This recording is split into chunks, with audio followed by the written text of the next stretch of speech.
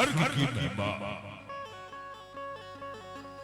कहाँ है स्वर्ग की महिमा मेरे दरबार के आगे कहाँ वैकुंठ का सुख है मेरे बेस्तार के आगे हुआ है जगत में लंका का वही शिखर ऊंचा ना कर सकता हमारे सामने वैकुंठ भी क्यों क्योंकि सुशोभित स्वर्ग से अच्छा मेरा दरबार रहता है संसार की प्रत्येक वस्तु से भरा भंडार रहता है जो जी चाहिए तो सब बदलू वही मेरे सामने आए उठा दूं जरा उंगली तो ये जमाने का सर भी जा जाए क्यों क्योंकि दास है हेलो एक से 1 रुपया धीरू भैया थाने का मोहल्ला उल्लन निवासी आगामी प्रधान प्रत्याशी आपकी ओर से 1 से 1 रुपया भगवान प्रसन्न बनाए रखे क्योंकि देव और कृपाल भी अरे अग्नि भरण यक्ष भी गंधर्व भी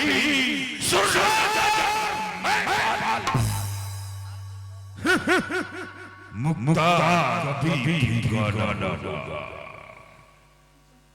मुक्ता कभी भी ठिकाना होगा इस लंका पथ के अरे स्वर्ग से बढ़कर है मेरी लंका सुना दरबार में ये आवाज किसकी आ रही है हाय भैया दुआई है राजा रावण की दुहाई है भैया तेरे ऐसो आराम पर हेलो ये 20 रुपया संतोषी कुशवाहा ब्रज बिहारी की पत्नी आपकी ओर से चलती हुई लीला में और 50 रुपया निहाल का स्टूडियो उल्लन प्रॉपर अखिलेश बीरन भैया आपकी ओर से 51 रुपया धन्यवाद भैया तेरे ऐसो आराम पर पड़े धूल और खाक तेरे रहते कट गई तेरी बहन की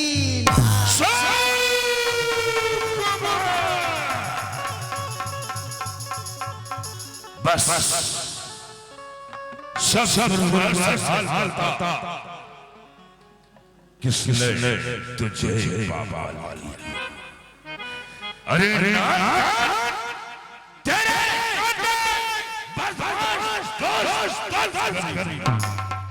गर्दन बता दे तू हर तरह से दूर करूं अरे पूछ छोड़ कर तू उसे देश से नाबूद करूं कौन है जिसकी मौत को निमन दिया है सुनो भैया मैं तुम्हें सुनाती हूँ भाई 2 लड़के अपने दंडक वन में आए भैया और भाई 2 लड़के रामी लखन उस दंडक वन में आए और सुंदर सी नारी हम सीरा वो अपने संग में लाए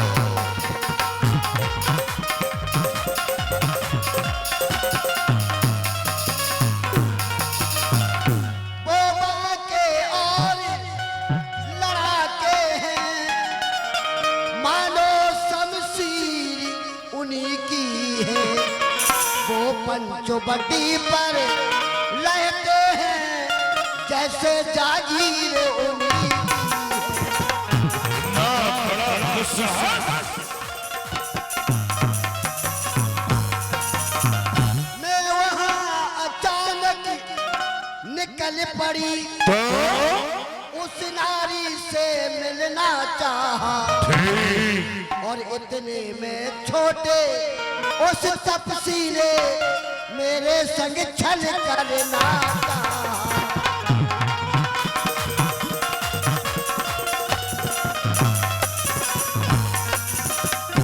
अरे पगली, जब उस छोटे से तपस्वी ने तेरे साथ में छल करने की कोशिश की तो तूने मेरा नाम क्यों नहीं लिया? जब मैंने तेरा नाम लिया तो सुनकर उसने दी गाली। ये मेरे कान कतर डाले और मेरी नाक काट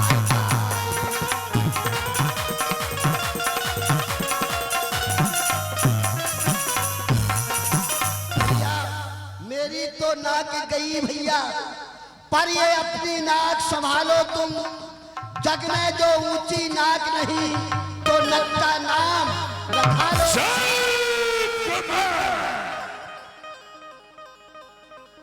मैं जानता हूं कि नाक कटने के कारण तेरी दिमागी स्थिति बिगड़ चुकी है, इसलिए तू विचार ही नहीं बोल भाई, गमनाक ना हो तू इस गम में। मैं उसकी भी नाक न छोड़ूंगा। बेजान निकाल कर नथनों का मिर्चों का नाम उन्हें बल भरूं तो उनके नाक से नाखून नकेल करवा दूंगा। फिर तेरे यहाँ भी रहकर बस नाके चने जवाब ये तेरा नाम पाताल लोक।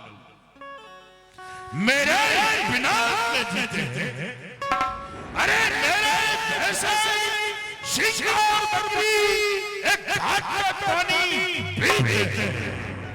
ये समाचार, ये दुराचार क्या तूने कुलभूषण से नहीं कहा?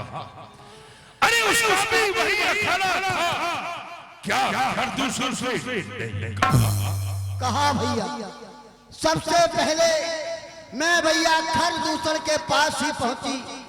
भैया जब उन्होंने मेरा ये हाल देखा तो अपनी 14,000 सेना को सजाकर उन पर आक्रमण कर दिया। लेकिन हुआ क्या, उस बड़े तपस्वी ने एक ही बार से समस्त 14,000 सेना बाबैया खरदूसर तुषा को समाप्त कर दिया।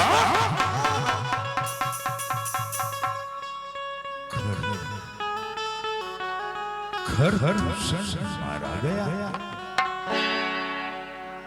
ये कैसे हेलो, ये कैसे संभव? 1 से 1 रुपया धीरू भैया प्रधान प्रत्याशी थाने का मोहल्ला। फिर से सुन ले भैया, धीरू भैया प्रधान प्रत्याशी थाने का मोहल्ला, आपकी ओर से 1 से 1 रुपया। धन्यवाद। बहन शिवकुमार, कट जाए तुम्हारे नाक कान, हम जिंदा रहे। टूटे ये सोचा मेरी लानत है सर उठा दे। जिस सरिया का करते हैं मैं दंडों से दे दूंगा। तुम्हारे नाक कान काटने का बदला उस रामचंद्र से जाओ बहन, सुखैन बैठ के पास पहुंचाइए। ठीक है भैया। सुर नर असुर नाग खगमाही, मोरे जनचर कहा को नाही। इस पृथ्वी के ऊपर खरदूसर मेरे समान बलवान था। कोई मारने वाला नहीं था उन्हें, कोई नहीं, कहीं ऐसा तो नहीं। खरदूषण मौसम बलवंता तिनई को मारे बिन भगवंता। बिना भगवान के कोई मार ही नहीं सकता। सुर भंजन नहीं मारा जो भगवान नहीं मारा। कहीं ऐसा तो नहीं कि इस पृथ्वी का भार हरण करने के लिए संत ऋषि मुनि महात्माओं को सुख देने के लिए उस नारायण ने अवतार को नहीं लिया। और यदि उसने अवतार ले लिया है तो मैं जाए पैर हट कर आऊं। यदि उसने सत्य ही अवतार ले लिया है तो मैं जाकर के उससे हट पूर्वक पैर करूंगा और उसके हाथों से मर करके भवसागर से तरता। क्यों? क्योंकि होए वजह नहीं तामस। ये तामसी शरीर है, इस तामसी शरीर से अब ईश्वर का भजन, पाठ, पूजा इत्यादि कुछ नहीं हो पा रहा। यही विचार सर्वोत्तम है। फिर वही शंका, नाना प्रकार की शंकाएं मेरे हृदय में उत्पन्न हो रही। जय श्री राम। ये 101 रुपए की राशि, 101 रुपए धीरू भैया थाने का मोहल्ला प्रधान प्रत्याशी उल्दन। धीरू भैया थाने का मोहल्ला प्रधान प्रत्याशी उल्दन वाले आपकी ओर से 101 रुपए की राशि, बहुत बहुत धन्यवाद। क्या ब्रह्म ऐसा कृत्य कर सकता? नहीं, कहीं ऐसा तो नहीं कि समस्त देवता मिलकर के हमारे प्रति कोई षड्यंत्र करते हैं। लेकिन राम, तूने ये मेरी बहन को क्रूप करके ठीक नहीं किया है। एक दशरथ के लिए चुनौती दी है तूने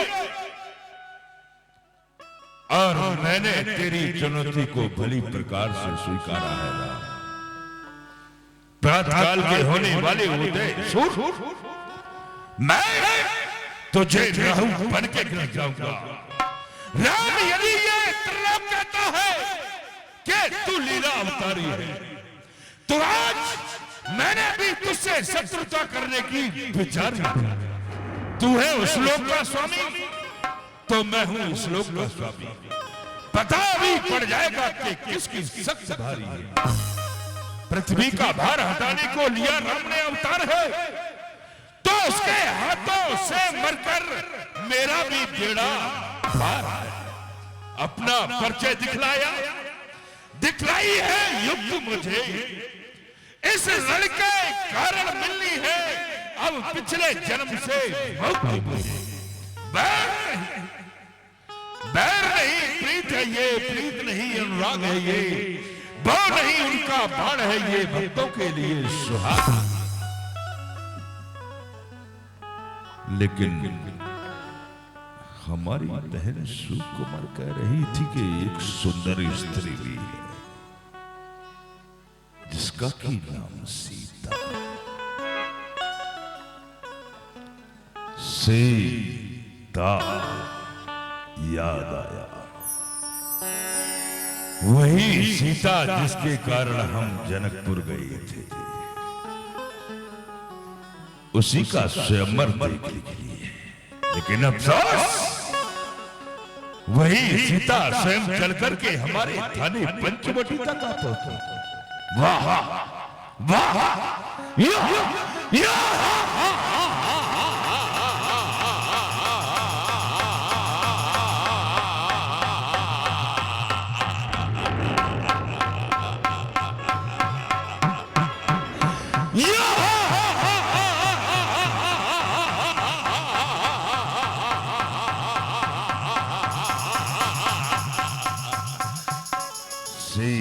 सीता, क्यों ना सीता का मैं हरण कर लूं? कैसे हो सकता है सीता का हरण? कैसे हो सकता है? याद आया मामा मारी याद आया। माया भी है, अय्यार है, देश बदलने में पड़े। मुझे मामा मारी को माध्यम बना लेना चाहिए। अब मुझे मामा मारी के पास चलना चाहिए। जय मृत्युंजय। यहाँ राम जस जो गद्दे बनाई सीता, राम जी भजो।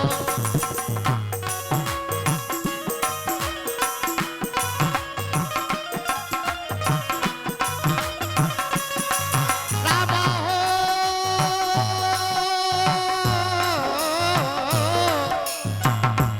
सुना हो उमा सो कथा सुहाई सीता,